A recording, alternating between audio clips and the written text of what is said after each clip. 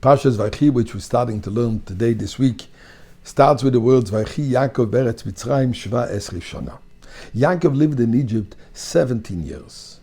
And this is actually the conclusion of the Sefer Bereshis from creation till the end of the era of the patriarchs and the Shvatim.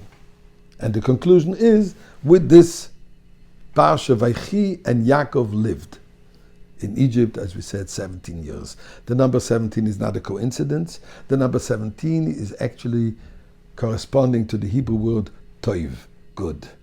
The Balaturim and other commentators state that indeed those were the best years of Yaakov's life. Those 17 years that Yaakov lived in Egypt, where his whole family was reunited, where he was shapping naches from the fact that Yosef is the ruler in Egypt. And not just the ruler in a physical sense, but he's also one who is influencing the behavior to a certain extent of Egyptians. So Yaakov has a wonderful life. Toiv, 17 wonderful, great years. But it still begs a question. As great as it was better than the 63 years that he was living in the shelter of the holiness of Yitzchak and Rivka? Better than the 14 years that he was in the yeshiva of Shem and Ever? Shem, who was the son of Noach, one of those who survived the flood, and he was able to relate to them the lifestyle which was then, and the reason why they survived, the particular greatness of Noach. Ever was a grandchild of Shem, who also had a yeshiva, and he was learning there, was able to relate to them the time and the era of the Tower of Babel. So he was in yeshiva. What is there a better time for a person than the learning in yeshiva, when you're sheltered, secluded from all the mores of the world, from all the issues of the world? All you got to do is just sitting and learning Torah. There can be nothing better than that. Yet the Torah says in Egypt those last 17 years of his life were the best.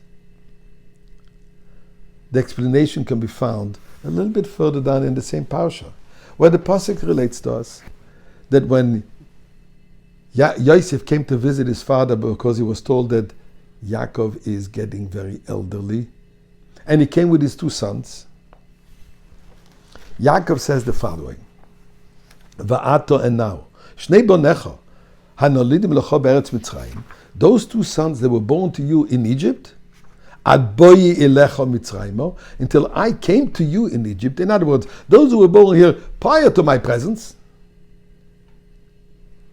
lihem, they're my children. They belong to me. In meaning, Ephraim and Menashe, your two sons, Ephraim and Menashe, ki Reuven v'Shimon yiuli.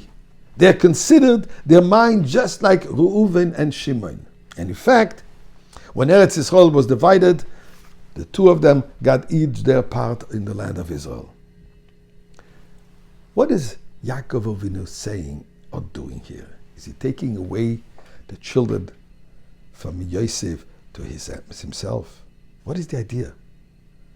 You're obviously shapping naches, it's wonderful, but that they're yours? What means they're yours? No, they're Yosef's children. He gave birth to them and he raised them. But Yaakov, what he's saying is the following. I have a mission. My mission was made very clear when I saw the ladder joining, connecting, fusing heaven and earth. That my task is to make sure to see to it that godliness permeates this finite physical world. That even in a world which is contradicting the values of godliness, godliness should be present. And Yaakov says, I did this by Lavan. I kept my upbringing.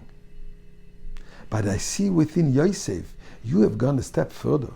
Not only are you capable to keep your traditions, what I taught you, but you are able to instill this in your children who were born in Egypt, involved in Egypt, raised in Egypt, in Egyptian culture, Egyptian society, in Egyptian royalty, where it would very easily be persuaded and influenced by Egyptian idolatry and Egyptian immoral lifestyle. Yet, they are the same as my children. They're like Reuven and Shimon. They're as holy, as pure, as godly. They embody what I was transmitting, what I received from Avraham and Yitzchak, and transmitting it to the next generation. You are doing this. So what I see in them, I see my journey. I see my purpose. I see my mission. And therefore, they're part of the tribes.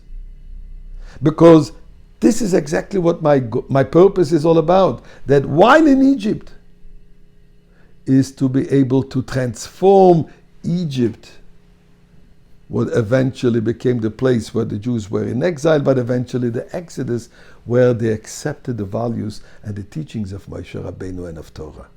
So this is the journey of Yacov, seeing over here the ultimate redemption in those two children.